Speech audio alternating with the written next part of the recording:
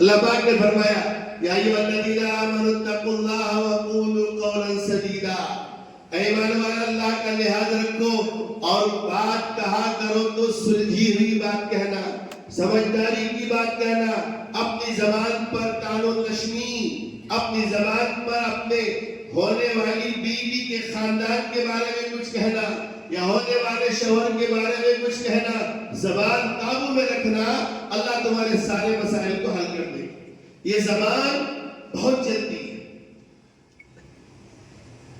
لڑکے والے کہنا شروع کریں گے مجھے کیا دیا تمہارے باپ نے، لڑکی والے کہنا شروع کریں تم نے کیا دیا مجھے شادی میں، اور اس کے بعد خاندان کی برائیاں شروع ہو جاتی ہیں۔ اللہ نے اس آیت میں فرمایا قولوا قولا سدیدا، سمجھداری کی بات کہنا، بات ہی کرنا تو سمجھداری کی بات کرنا، زبان کو قابو میں رکھ کر چلنا۔ پھر اللہ پاک نے آگے فرمایا یصلح لکم اعمالکم، اگر زبان تمہاری قابو میں رہی تو تمہارے سارے کام ٹھیک ہو جائیں، اللہ سارے اعمال کو درست کر دے گا۔ وَيَغْفِرْ لَكُمْ ذُنُوبَكُمْ، اور اگر غلطیاں ہو رہی ہیں تو اللہ پاک غلطیوں کو معاف بھی کر دیں گے۔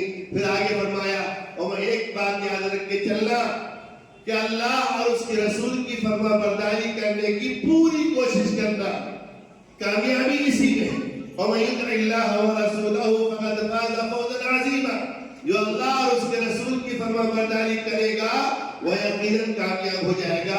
خطبہ نکاح میں ان آیتوں کا تذکرہ کیوں، انہی آیتوں کا انتخاب کیوں کیا گیا؟ یہ پوری زندگی ازدواجی زندگی قوم میں شادی ایک رسم ہے، ایک رواج ہے، لیکن ہمارے یہاں شادی بیاہ ایک عبادت ہے۔ جس طرح نماز عبادت ہے، روزہ عبادت ہے، حج عبادت ہے، اسی طرح سے نکاح عبادت ہے، اور عبادت کہتے ہیں اس کو جو اللہ کے حکموں کے مطابق ہو اور حضرت محمد رسول اللہ صلی اللہ علیہ وسلم کی شریعت کے موافق ہو، اسی کا نام عبادت ہے۔ اگر نماز ہم نے اللہ کے حکم کے مطابق پڑھی لیکن حضور کے طریقے کے مطابق نہیں پڑھی تو عبادت نہیں ہوگی، شرارت ہوگی۔ ایسے ہی نکاح عبادت ہے، ہم کو اسی طرح سے کرنا ہے جس طرح سے ہمارے آقا نبی اکرم صلی اللہ علیہ وسلم نے بتایا، جس کو ہم سنت کہتے ہیں۔ اگر اس نکاح میں جو اللہ کا حکم ہے، طریقہ رسالت شامل نہ ہو، اللہ کے نبی کی سنت شامل نہ ہو تو یہ نکاح برکتوں سے، اللہ کی رحمتوں سے، اس کی نصرتوں سے محروم ہو جاتا ہے۔ اسی لیے قرآن مجید کی جو آیتیں پڑھی جاتی ہے خطبہ نکاح میں، ان آیتوں میں خاص طور سے ایک لفظ ہے، وہ ہے تقوی کا لفظ۔ جو پہلی آیت پڑھی جاتی ہے یا ایھا الناس اتقوا ربکم الذی خلقکم من نفس واحدہ، اے انسانوں،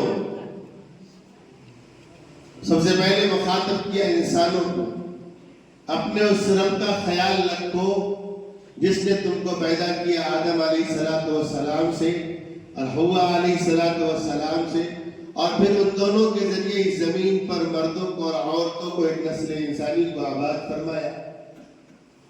اس کے بعد جو دوسری جگہ دوسری آیت وہیں پر ہے، وَاتَّقُوا اللَّهَ الَّذِي تَسَاءَلُونَ بِهِ وَالْأَرْحَامَ إِنَّ اللَّهَ كَانَ عَلَيْكُمْ رَقِيبًا۔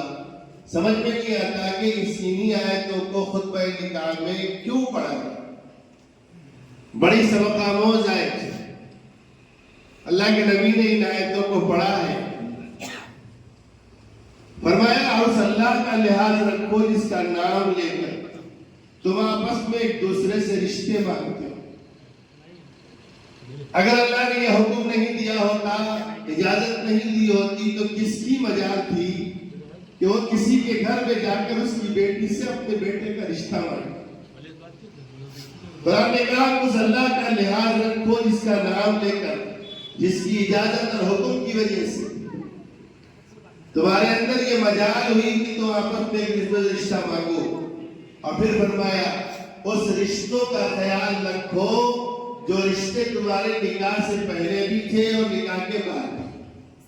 نکاح رشتوں کے بڑھانے کا ذریعہ ہے، گھٹانے کا ذریعہ نہیں ہے۔ اسی لیے قرآن نے یاد دلایا وَاتَّقُوا اللَّهَ الَّذِي تَسَاءَلُونَ جس کا نام لے کر تم رشتہ باندھتے ہو، والارحام، اور رشتوں کا خیال رکھو۔ یہ رشتوں کا خیال رکھنا خطبہ نکاح میں اس آیت کو شامل کرنا اس لیے ہے کہ عام طور پر ایسا ہوتا ہے کہ نکاح کے بعد پرانے رشتے ٹوٹ جاتے ہیں، نئے رشتوں کے آتے ہی پرانے رشتے، پرانے تعلقات چھوٹنے لگتے ہیں۔ اللہ نے یہاں پر یاد دلایا نکاح ہونے والے اور نکاح ہونے والی دونوں کو، اس طرح سے نکاح سے پہلے تم نے اپنے سارے رشتہ داروں کو یاد کیا، پرانوں کو، نئے کو، دور والوں کو، قریب والوں کو، ایسے ہی نکاح کے بعد بھی ان رشتوں کو اور مضبوط رکھنا۔ اب تو رشتہ اور بڑھ گیا تمہارا، جتنے رشتہ دار لڑکے کی طرف والے کے ہیں وہ سارے رشتہ دار کس کے بن گئے؟ لڑکی والوں کے بن گئے۔ لڑکی کے رشتہ دار جتنے ہیں وہ سب رشتہ دار کس کے بن گئے؟ لڑکے والے کے بن گئے۔ رشتہ تو بڑھانے کا ذریعہ ہے نکاح، رشتہ گھٹانے کا نہیں ہے۔ ایسا نہ ہو کہ نیا جوڑا گھر کے اندر جائے اور پرانا جوڑا گھر کے باہر چلا جائے، نئے رشتے گھر کے اندر آئے اور پرانے رشتے گھر کے باہر چلے جائے۔ اللہ نے کہا کہ ان اللہ کان علیکم رقیبا، میں نکاح سے پہلے بھی غافل نہیں تھا، نکاح کے وقت بھی غافل نہیں ہوں، اور نکاح کے بعد بھی تمہاری برابر نگرانی کر رہا ہوں۔ تم کو دیکھ رہا ہوں کہ تم رشتوں کا کتنا خیال رکھو گی۔ یہ صرف لڑکے سے نہیں کہا جا رہا، لڑکی سے بھی کہا جا رہا، لڑکے والوں سے بھی کہا جا رہا۔ اسی لیے اسلام میں رشتوں کی بڑی اہمیت ہے، خاص طور سے رشتے مساہرت، یہ داماد کا رشتہ، یہ شادی کے بعد کے رشتے بڑی اہمیت ہے۔ اللہ کے نبی کے زمانے میں ایک جنگ ہوئی اور کچھ قیدی پکڑ کر لائے گئے، اور لانے کے بعد اللہ کے نبی نے جس ملک سے جنگ ہوئی تھی اس ملک کی ایک بیٹی اللہ کے نبی کے نکاح میں آئی، تو اللہ کے نبی جب صحابہ کو معلوم ہوا کہ حضور کا نکاح اس خاندان سے ہو گیا ہے، سارے قیدیوں کو آزاد کر دیا کہ اب تو ہمارے رشتہ دار ہیں۔ یہ رشتوں کا خیال رکھا گیا۔ قرآن مجید میں اس آیت میں خاص طور سے یاد دلایا گیا کہ ان رشتوں کا بھی خیال رکھنا۔ ہمارے مولانا علی صاحب فرمایا کرتے تھے یہاں تقوی کا لفظ ڈرنا نہیں ہے، تقوی کے معنی اللہ کا خیال رکھو، لحاظ رکھو، اس کا پاس رکھو۔ ایسا نہ ہو کہ تم رشتوں کو نئے رشتے کرنے کے بعد پرانے رشتے بھول جاؤ۔ جو بھائی پہلے تھے ان بھائیوں کا رشتہ انسان کا اس کی زندگی سے زیادہ اس کی موت تک باقی ہے۔ رشتہ کبھی ٹوٹتا نہیں کرتا، رشتے بڑھتے گھٹا نہیں کرتے۔ اس کے بعد قرآن مجید کی دوسری آیت پڑھی جاتی ہے، یا ایھا الذین آمنوا اتقوا اللہ حق تقاتہ ولا تموتن الا وانتم مسلمون۔ اے ایمان والو، اللہ سے ڈرو، اللہ کا خیال رکھو، اللہ کا لحاظ رکھو، اور اس کا خیال رکھنا کہ جس طرح سے ایک مسلمان کی حیثیت سے تمہارا نکاح ہو رہا ہے، تمہاری موت بھی آئے تو اسلام پر ہی آئے۔ نکاح کے بارے میں فرمایا نکاح نصف الایمان، ابھی تک ایمان آدھا تھا، نکاح کے بعد ایمان